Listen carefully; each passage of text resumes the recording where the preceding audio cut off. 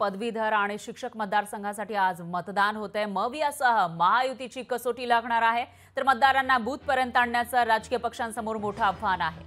सकाळी 7 ते संध्याकाळी 6 ही मतदानाची वेळ आहे। पदवीधर शिक्षकसाठी 2 जुलै रोजी मतमोजणी होणार आहे, त्यामुळे आता 2 जुलैला याचा निकाल येणार आहे आणि आज या सर्व उमेदवारांचं भवितव्य इथं मतपेटीमध्ये कैद होणार आहे। विधान परिषदेच्या मुंबई पदवीधर तसंच शिक्षक, कोकण पदवीधर आणि नाशिक शिक्षक अशा 4 मतदारसंघांमध्ये आज मतदान होतंय। पदवीधरसह शिक्षकांना मतदानासाठी बाहेर काढण्याचं आणि मतदान केंद्रापर्यंत आणण्याचं उमेदवारांसमोर मोठं आव्हान असेल। आणि याविषयी अधिक माहितीसाठी आपले प्रतिनिधी आपल्यासोबत जोडले गेलेले आहेत। एकीकडे महेश महाले हे नाशिकवरून आपल्यासोबत आहेत, तर दुसरीकडे भरत गोरेगावकर हे रायगडमधून आपल्यासोबत जोडले गेले आहेत। सगळ्यात आधी आपण जाऊयात भरत गोरेगावकर यांच्याकडे। भरत, काय सांगाल? कोकणसाठी सुद्धा मतदान होतंय, विधान परिषदेसाठी, आणि 7 वाजून गेलेले आहे। सध्या कसं चित्र तुम्हाला दिसतंय? किती मोठ्या संख्येने मतदान पार पडतंय?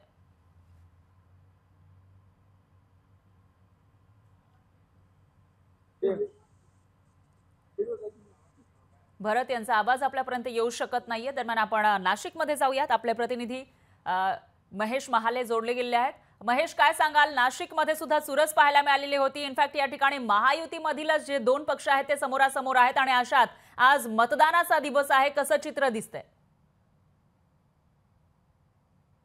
नक्कीच खरं तर नाशिक शिक्षक मतदारसंघासाठी आज मतदानाची जी प्रक्रिया आहे ती पार पडते आहे आणि सकाळी 7 वाजेपासून तर 6 वाजेपर्यंत मतदानाची वेळ आहे आणि सकाळपासूनच शिक्षकांनी जी आहे ती मतदान केंद्रावर या ठिकाणी गर्दी केल्याचं आपल्याला बघायला मिळतंय। खरं तर नाशिकमध्ये महायुतीमध्येच बेबनाव झाल्याचं आपल्याला बघायला मिळालं, कारण महायुतीमधून शिंदेच्या शिवसेनेकडनं किशोर तराडे हे उमेदवार आहेत, तर राष्ट्रवादी अजित पवार गटाकडनं महेंद्र भावसार हे उमेदवार आहेत, तर त्यांच्यासमोर महाविकास आघाडीचे ठाकरे गटाचे संदीप गुळवे आणि अपक्ष विवेक कोल्हे अशी ही चौरंगी जी लढत आहे ती नाशिक शिक्षक मतदारसंघामध्ये होणार आहे। खरं तर 54 तालुके आणि 5 जिल्हे मिळून एकूण 69,363 इतके मतदार यामध्ये आपला मतदानाचा हक्क जे बजाविणार आहे आणि जवळपास नाशिकमध्ये 27 मतदान केंद्र आहेत, तर संपूर्ण 5ही विभागामध्ये 90 मतदान केंद्र आहे। त्यामुळे सकाळपासूनच मतदारांचा जो प्रतिसाद आहे तो या ठिकाणी चांगल्या पद्धतीने आपल्याला बघायला मिळतोय आणि एकूणच 6 वाजेपर्यंत मतदानाची वेळ असल्याने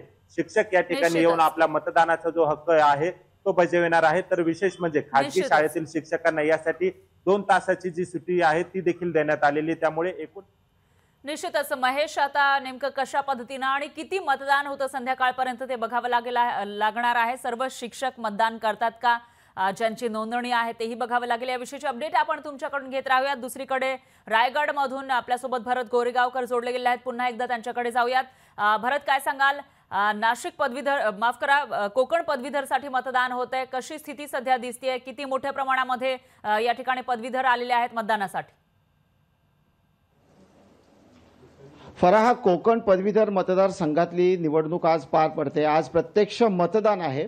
जवळपास 2,23,222 इतके नोंदणीकृत मतदार आहेत ज्यांना आज आपल्या मतदानाचा हक्क बजावायचा आहे। कोकणामध्ये आज सकाळी 7 वाजता प्रत्यक्ष मतदान प्रक्रियेला सुरुवात झालेली आहे। निवडणूक आयोगाने ज्या गाईडलाईन घालून दिलेल्या आहेत त्या गाईडलाईननुसार निवडणूक आयोगाचे जे कर्मचारी अधिकारी आहेत त्यांनी कालच मतदान केंद्रावरचा बूथचा ताबा घेतलेला आहे। अर्थात ही जी मतदान प्रक्रिया आहे यामध्ये मशीनचा वापर नाही आहे, बॅलेट पेपरचा वापर होणार आहे आणि त्याच्यामुळे विशेष काळजी घ्यायला लागते। येणाऱ्या प्रत्येक मतदाराला याबाबतची सूचना व्यवस्थित द्यायला लागते। सकाळपासूनचं वातावरण आपण कोकणातलं पाहिलं तर ढगाळ आहे, काही ठिकाणी पावसाचं वातावरण आहे। मात्र 7 वाजल्यापासून प्रत्यक्ष मतदानाला सुरुवात झालेली आहे। एकूण 13 उमेदवार या निवडणुकीच्या रिंगणामध्ये आहेत। तरी सरळ लढत आपण जर पाहिली तर महायुती विरुद्ध महाआघाडी अशीच काहीशी या ठिकाणी लढत पाहायला मिळते। फराह, निश्चितच भरत, आता पावसाचं वातावरण आहे तुम्ही सांगितलं आणि अशामध्ये किती मोठ्या संख्येने या ठिकाणी मतदान होतं ते बघावं लागेल। याविषयीची अपडेट आपण तुमच्याकडून घेत राहूयात। दरम्यान धन्यवाद तुम्ही दिलेल्या या सविस्तर माहितीसाठी आणि त्याचबरोबर महेश महालेंचेही धन्यवाद। लोकशाही मराठी ऐका, पहा, जागरूक रहा।